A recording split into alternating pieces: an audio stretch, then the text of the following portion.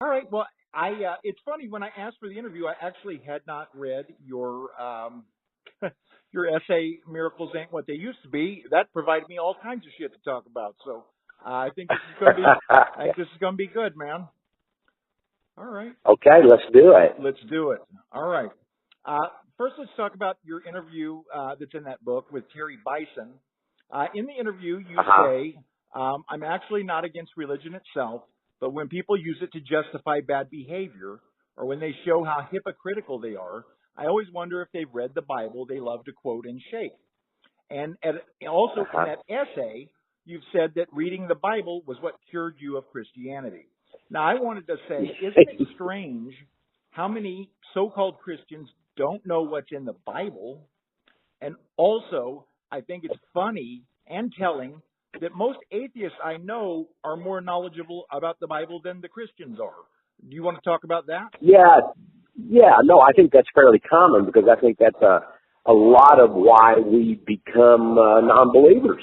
You know, is actually reading it and seeing how similar it is to other mythologies. Right. And I think, too, that it's such a cultural element to our country that you would think that people would be aware of it in the same way they should be aware of Huckleberry Finn or something of that nature. So, yeah, that's what cured me. The more you read, the more you see the obvious human failings in the construction and the inconsistencies and the hypocrisy. But I think what amazes me most is just how many people I meet that claim to be Christians who haven't read the Bible, or they are misquoting it, or they're saying, well, I know this because this is what my preacher tells me, and he's called by God, as if you know I can accept that any more than I can accept that my pit bull was called by God. Right. I do think it's funny, and a lot of people will tell you when they find out you're an atheist, they'll say, well, you just need to read the Bible. Have you read the Bible? And when you tell them, oh, well, I'm very knowledgeable of the Bible, it makes them uncomfortable. It kind of pisses them off. No, it definitely does. And yeah, you know, it's got to be. It's a step beyond that too. It isn't just that a lot of atheists are well read in, say, you know, the Bible, but they're often well read in religion in general. Right. Because I think a lot of times is that if you grow up in that, if you have questions, you may even go to the Bible to reinforce what you think to be true, and then realize that it's not true, and that then you begin to reinforce the other viewpoint of it being just part of mythology. And I've always felt that the fact that I grew up reading Greek and Roman and Norse mythology and seeing those similarities, it kind of put me on that track and made me skeptical at first, and then by the time I was, you know, in high school, I was a non-believer. Right. At what age did you kind of let people know that you were a non-believer, and what was the reaction to that? It usually just came and you just ask questions. It wasn't so much saying, yeah, I'm a non-believer, but you just say, well, yeah, but if that is true, why? Right. And then you keep getting answers like, he moves in mysterious ways, like a bowel movement. And I just thought, well, that's not fulfilling it. But I never thought of calling myself an atheist or not an atheist. But, it certainly was not a common viewpoint where I grew up. And so, but I don't remember ever being afraid to say it or whatever. But I think I was like 18 when I actually realized, you know what, I'm an atheist. Right. Well, one thing that's it was there before, but I think that's when I realized it in a concrete kind of way. Right. Well, I think personally, I tried to deny it for a long time. Like I tried to push it away because, you're basically taught that to question these things is a sin in itself. And and I did the same thing when I was younger. What I think is a unique point of view here is that I started out when I was about 11. I thought, well, I'm going to be a preacher because my mother was religious, but she was a skeptical religious person, and I don't think my father cared about it one way or the other. He just didn't have any. He told me once you die, you're meat for the worms, But I don't think he would ever thought of himself as an atheist. He just thought that didn't make any sense to me. And so, I said, well, I'm going to be a preacher. I got to know this Bible backwards and forwards. And I read it, and I went, And so I started having questions, and then I started trying to make excuses for it and loopholes and denying this and that. But just as time went on, especially as I got older and started getting interested in anthropology and archaeology, and like I said, I was already reading mythological text or stories about Greek and Roman and Norse mythology, and later that expanded to others. That's when it, I finally just couldn't, make any excuses for it anymore. Well, one thing that always just kind of made me laugh, and I mean, look, I'm not trying to be a dick, but I always find it kind of funny that Christians will talk about other people's religions and kind of mock them for being silly, but they don't seem to notice that their religion does a lot of the exact same things and handles things in the same manner that of the ones that they think are silly. Well, it's because they're culturally bonded. It's like when you grow up, you can look at wherever you're born, wherever you're raised, you can have some fairly good idea of what that person's religious beliefs are going to be. Not always, but right. So if you were born in a Muslim country, then you're very likely to be, of that religious ilk. And the same way, if you're born in certain areas, you're more likely to be a Christian or a Jew or whatever that Hindu, Buddhist. So that unto itself was one of my early suspicions, is that location had a lot to do with what you believed, and that's what I think of and I call cultural bonding. You bond with it to such an extent that you don't question. I even see things. I saw something on the History Channel the other day. It was a Travel Channel. Take it back. But what they were doing was they were listing, these historical events, and it says, King David did this and so did this, but nobody ever thinks to think, what, that isn't history, but it's so built into our consciousness that we believe that these people did these things, and right. And sometimes you can't even find evidence that they exist. Of course, even if you did find evidence that they exist, that doesn't make them part of a divine plan, nor does is there anything there that proves religion? But the starting point is there. They can't even find evidence that the Old Testament people existed, or that, for that matter, Jesus is the kind of a questionable thing too, because he's mentioned maybe once in Josephus, and that's a suspicious mention. And I think he's mentioned twice in some volumes, which even the Christians doubt. And you can't find this mention of this incredible teacher anywhere else other than in the Bible or in this mention of Josephus, which many people feel was sort of added in. And then even then, he's just mentioned in passing. It's not like there's this great guy. And then you start reading about Apollonius and Simon the Magician, and you see how all those things have been just conflated, Right. One of the things that you talk about is the Apocrypha, which I find I've always had a fascination with. But, most Christians don't even know that exists. And so I was going to ask you for your opinion, why do you think that most Christians don't know those deleted books of the Bible exist? And if they did know about them, do you think it would make a difference to them at all? Well, it must make a difference to some, because a lot of us have started out within that religion and believers, and the Apocrypha was one of the things that, also was part of this dismantling of this cultural bonding. But I think that for most people, it wouldn't make a difference, because they have made a commitment to a belief, and they have built their entire lives around it. They have friends that go to church. They go to church. A lot of their life is involved in church.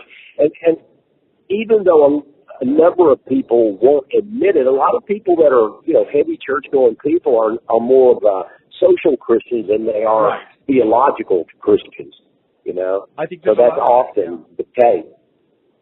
Well, I think they say about 20% they know of are atheists, but that's the 20% that are saying they are, and there's probably a larger percentage in there that's probably agnostic or atheist is just not saying it, I had a minister one time tell me, fake it till you make it. Like, if you don't believe it, just pretend.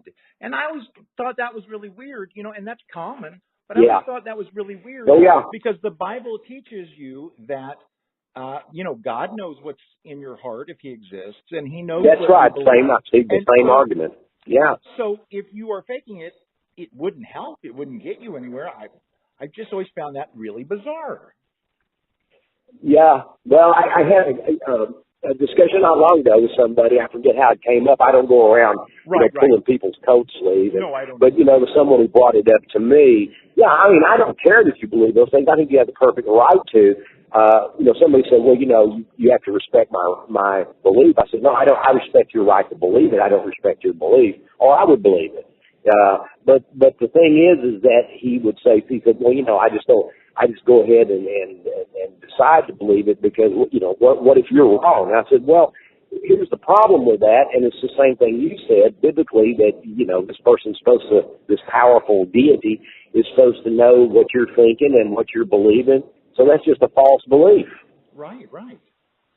It is amazing to me the degree to which people who are otherwise very intelligent people, very discerning people otherwise, will just reject things that are common sense or reject science right out of hand and point at religion as being their reason why. And I find that really scary. Yeah, I do too. I mean, there was a time when I was growing up, certainly the 50s and the 60s had the heavy ingrained religion and the anti-Darwinism and all that sort of stuff. But there was also a larger group of people who were willing to say science is science, and religion was left to the church. And there wasn't these things that you put in school where they had religious doubts where they could come in and say, yeah, but maybe creationism exists. And there was none of that. And a lot of that had to do with John Kennedy when he came in and became president, because he was very education and science oriented, as was his wife. Right. And it promoted that heavily. And after the World War II and the atomic bomb, as they called it, that led people to be more aware of things that science knew and that science could do. And even comic books that I read, the old comic book characters like DC characters like Green Lantern and the Flash and all that. Prior to that, most of those characters had their powers through magic. But after World War II, they began to have powers through science because that was the big thing. And so what I'm seeing now is, even though, you had certainly those anti-Darwinist, anti-evolution, anti-science people in the 50s and 60s, but what I'm seeing now is a growth of those people, and they're proud of it. They're ignorant and proud of it, which is the scariest damn thing, because, I knew people growing up that didn't think we went to the moon, and, even my father, who was not an educated man, in fact, he was illiterate for all practical purposes, didn't believe we went to the moon, and there was no convincing them. And I'm thinking, so they spend millions of dollars to go out in the desert and fake it so they can tell us that we did this, and the Russians are in on it too. And, it becomes such a ludicrous thing. But if people can believe that, then, they're going to believe some guy, died and came back to life and went to heaven and, is waiting for you there. And then, I had somebody say, well, I was talking to him. I said, well, God's all powerful. Why don't you just make everybody perfect to begin with? Right. And I was saying, well, perfection would become boring. I said, the actual definition of perfection is that it's perfect. Right. And that it can't become boring because it's perfect. And they said, well, I don't know, but it could be. I said, well, what are you trying to do when you go to heaven? Is heaven perfect? Well, of course. That's what you want, isn't it? Right. That's what you're looking for. So you believe perfection when it's time to, but you don't believe it when you don't want to, because it clashes with your basic mythology. Right.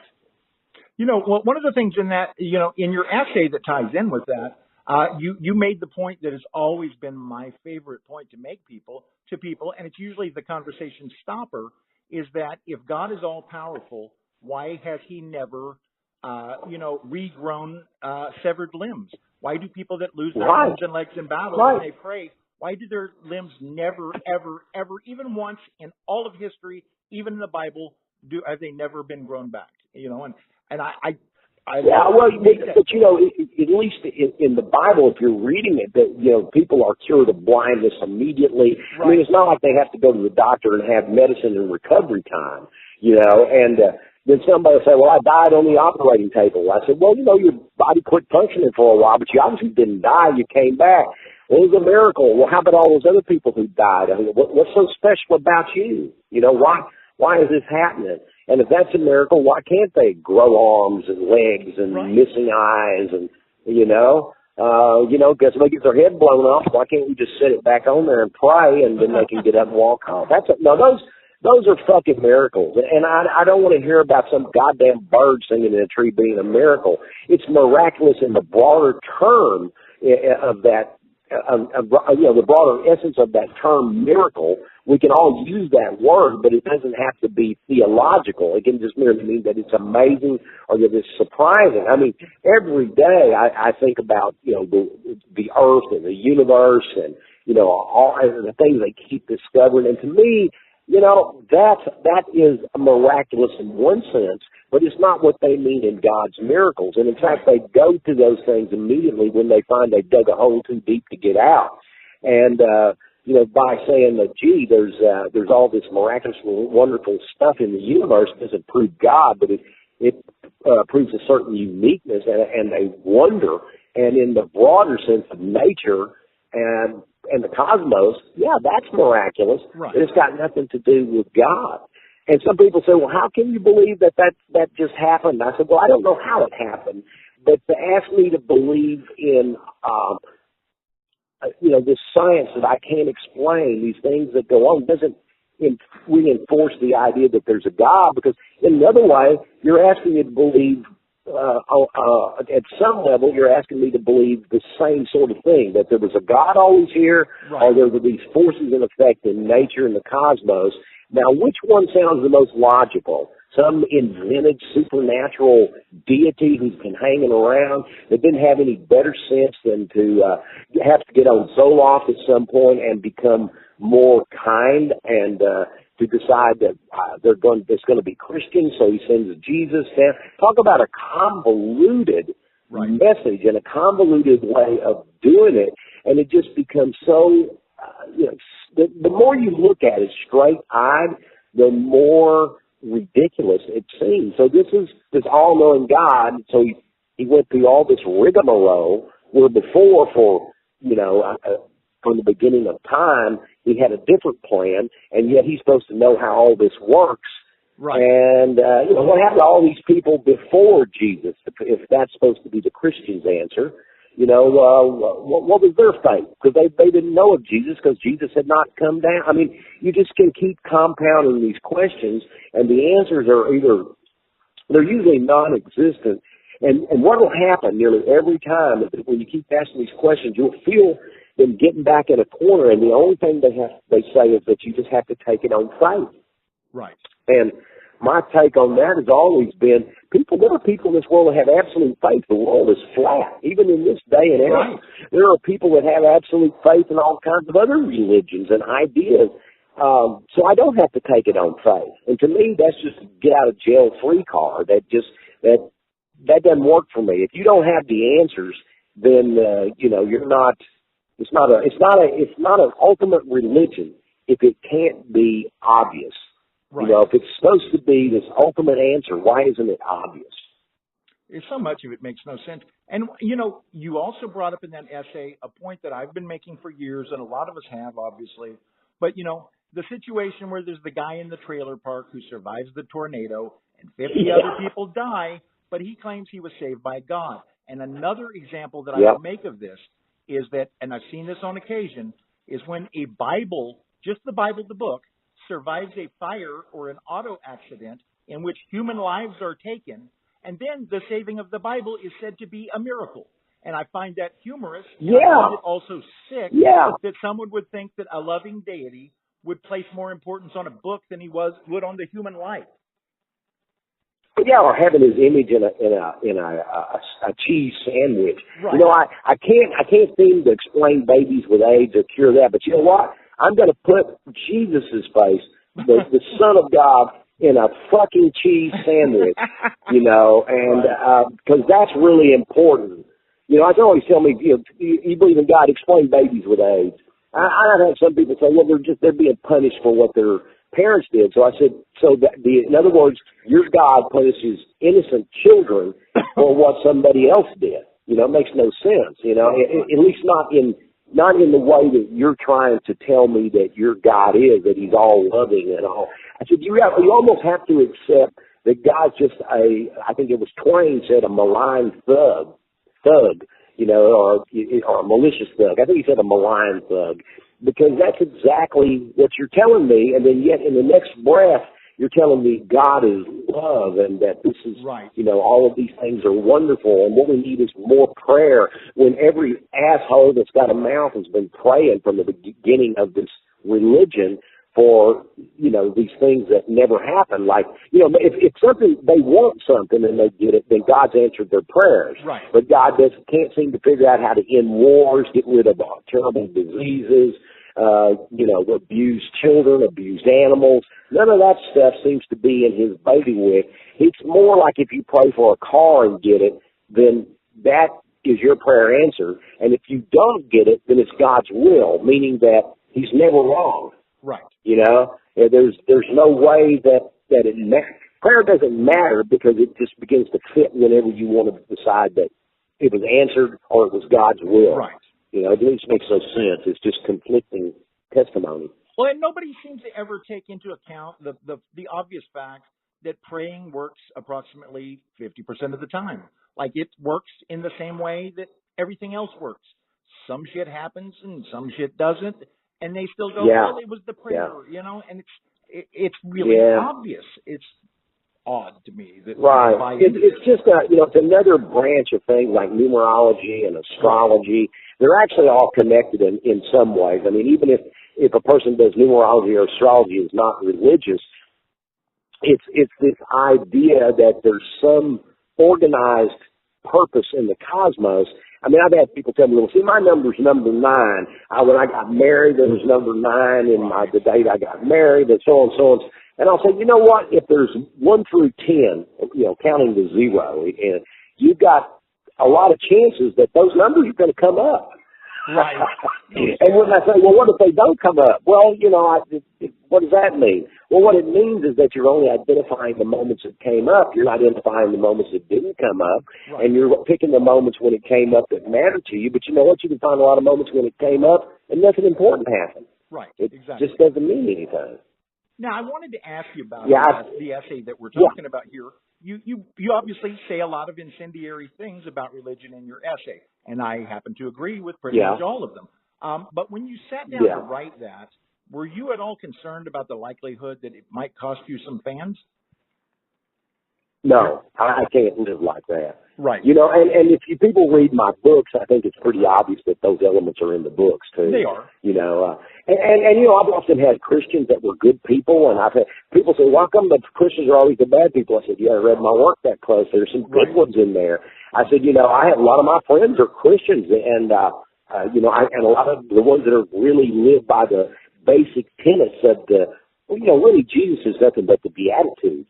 And if you live by that, okay, I'm cool, you know. But when you start using it as some sort of reasoning for hating gays or different people of different religions or people that are of a different race, you know, what have you, then I'm out. You know, I just don't have that belief. And in the last 10, 15 years of my life, I've actually lost a number of friends, not because I'm an atheist, but because they're hypocrites. Right. And they have grown to be stronger and stronger hypocrites, suddenly embracing ideas that they didn't embrace when they were younger. Like, you know, it's just, I don't know what's happened, but it's like there's been a nut door open and all of these nuts are flowing through it. And it's not just religion, because again, like I said, there are a lot of people that are religious that I admire and respect. I mean, Jimmy Carter is one of my favorite Christians because he actually tries to do that stuff. Right. You know, and there are other people out there that try to do that stuff.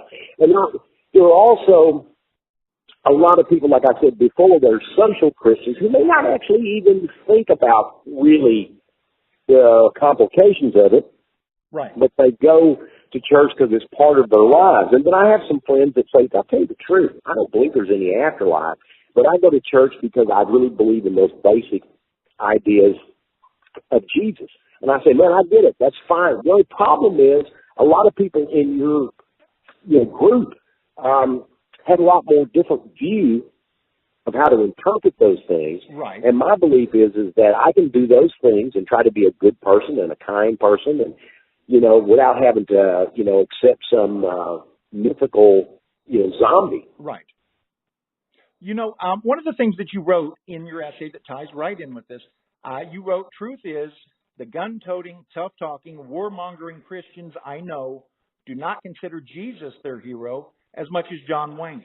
They don't want to turn the cheek. They want to kill something. If it can't be a human, there's always a deer. And, I share a lot of those kind of views, and I often find myself extremely leery of overly Christian people from the start. I feel bad about that, but and I'm curious, if someone you've just met reveals themselves to be a Christian person, do you ever find yourself a little bit guilty of immediate skepticism, or are you able to be objective from the beginning? I mean, but I'm skeptical in the same way that when I say I'm an atheist, they're skeptical. Right. But on the other hand, that doesn't mean that a lot of those people haven't become good friends of mine. They have, or at least associates and friends. But, I'm always skeptical because religion is always something that tends to let me down, in friends of mine. I'm not, my really close friends and the good folks that embrace the better aspects of it, that's not true. But you have people who start talking about Christianity and the next thing out of their mouth is something hideous, about gays or black people or Hispanic people or, anybody, you name it, there's a list. And that's not to say that atheists can't be racist and can't be assholes, because they certainly are. I know a few that I wouldn't piss on them if they were on fire, Right. So it's just, it's not, I'm not trying to make this point that atheist makes you good. It does not. But it doesn't make you evil. And some people have no idea that atheism isn't like Satan worship or something. They don't even know what it is. Well, and the idea that you don't believe is, they just can't embrace it, I have so many, I don't tell people really, because look, I don't want to get into it if I don't have to, because it doesn't help anybody. Their mind doesn't change and mine doesn't change. But sometimes they do. I've actually known a few people in my life that have changed their minds because of discussions that we've had. Well, but I wasn't out to change their minds. They were the people who just started thinking about it and would say, yeah, you know what? Where's the answer in this? And, but go ahead. I'm sorry. Oh, well, no, you're fine. You pretty much covered it. And I'm curious, I've got a question here for you, and it's going to at first sound like it's not related, but it is. Okay. It's actually very closely related. As an atheist progressive living in a bright red state of Texas, what are your thoughts on Donald Trump? I mean, it does very much tie in. I loathe him. Do you really? Yeah, well, I loathe him. I loathe him politically and culturally, but I also loathe him. Oh, you loathe him? I thought you related to him. I was like, fuck. Loathe him. Loath. Loathe him. Good. I know. I can't stand the guy.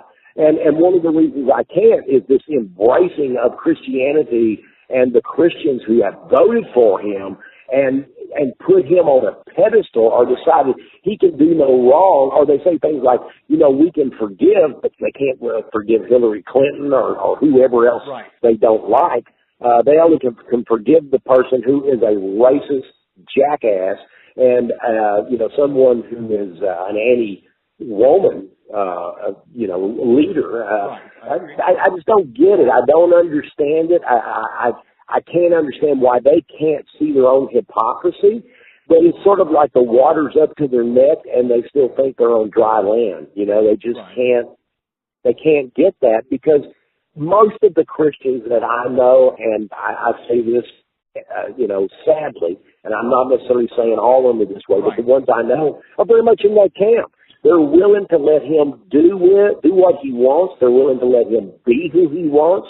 They're willing to accept, pussy grabbing. They're willing to accept all of these things that he's done. They're willing to accept that he won't stand up for women, that he mocks people that are Muslims that had a son that they lost in our military, who was, heroic by all standards, and so on and so on. I mean, the list is endless. It is. And I just can't, I just can't, figure it. I don't know what to think. I'm surprised he's lasted this long. Yeah. I'm surprised that I knew he was going to be elected, though. I have to say, I wrote an article that came out before the election, and about 4 weeks out, I thought, oh, my God, he's going to win. Not because most people are going to vote for him, but because enough people are going to vote for him. And I knew that they were going to vote in areas where the Democrats had decided not to really put their resources. Right. And I remember when they were making fun of him for flying all these little places at the last minute, I said, this is where they're screwing up. Right. Because it makes them seem elitist, first of all. Second of all, these are vital areas to the Electoral College. And they're ignoring them. And I said, the guy's going to win. And people say, oh, my friends that were, I guess what you call progressives, oh, you're crazy. You haven't got a chance. Look at the polls. I said, yeah, look at them. They go up and down every day, constantly. They're moving every which way. That means that there are a lot of people that just won't change. There are a lot of people who are lying when they won't admit they're going to vote for the pussy grabber in chief. But right. That's exactly what's going to happen, And so when it did, I wasn't surprised. I was shocked, even though I was right, but I wasn't surprised. And I do think that, reckoning should be coming, and I was pretty sure it was, but I've got to where I don't know anymore because there's not a thing he can do that seems to have an impact on that hardcore 30-35%. No, that doesn't. Because they're and I hate to say it, but a lot of those people are just plain dedicated to trying to produce this America of the 50s and 60s, which never existed, by the way. It's ideal. And what they mean is white. And it's like I was talking to a friend of mine who voted for Trump, and I said, man, how many people on the Democratic side that belong to the KKK and belong to the Aryan Nation and belong to, these Hitler-like organizations have come out in support of Clinton? Well, none. But they have come out in support of you guys. Well, you can't help who votes for him. I said, why do you think they voted for him? Why do you think he got their support and the other one didn't? Or that they weren't some kind of split support? I said, it's obvious what it's about. And some of the people that I know that I never really thought of as racist, I know actually are. Because they really start telling me about how the white people are losing their power. And I thought, you know what, being white has never hurt me a bit. And I come from the poorest backgrounds. And there were black people that were from similar or probably much worse black backgrounds. And I got opportunities they didn't get. And I guarantee it was their skin color. And from the 50s and the 60s, when I was growing up. So I just get tired of, the whole shit. And I remember one time my wife and I this has been I will say this was in the 90s, but we were in a restaurant and we heard two people talking. He said, yeah, that affirmative action. He says, I'll tell you the truth, I wouldn't hire any of those, if I didn't have to. And that's when I thought, people keep telling me things are getting better, and they are. There's no doubt about that. But when people tell me affirmative action isn't needed, and I hear people talking like that, well, now you're seeing the results of all that. You're having these guys come in that want to say, we don't want to give any special privileges to these people. We want the special privileges. And I certainly believe that as soon as we get to the point where people are hired on the basis of their character and their skills and not their color, we can get rid of that. And maybe we're something closer to it than we once were. But, man, what Trump did, and actually what Obama did, because the people who reacted to him being a black president, and then to Trump, the reaction to him being president is it's revealed this nasty, deep divide where people are showing what they really believe, and it's scary. It's sad. It is. And, do you find it frightening to consider that even with everything that's happening in government today, the polling indicates that more Americans would be receptive to a pedophile running for president than they would be an atheist? I think that's kind of crazy. But it is kind of crazy, And, I've had this happen numerous times when they found out I was an atheist, Christian. They said, "My God, I thought you were a Christian. So why did you think that?" Because of the way you act and the way you treat people. And I thought, in other words, I'm doing it because I'm not doing it for a reward. I don't get to, go to heaven and play a harp like I want to, or go whatever your vision of it is. So in other words, I'm not doing this for a reward. I'm doing it because I think it's the right thing to do. It's setting a positive example and a positive force in the universe. If you want to do something that has a force, it's your actions and how they're passed on. And don't get me wrong, I'm not trying to paint myself as some perfect person. I am not. Right. So I've done the best I can, but certainly I've made the right and proper effort, you know, and I'm not doing it because I think I'm going to get a reward.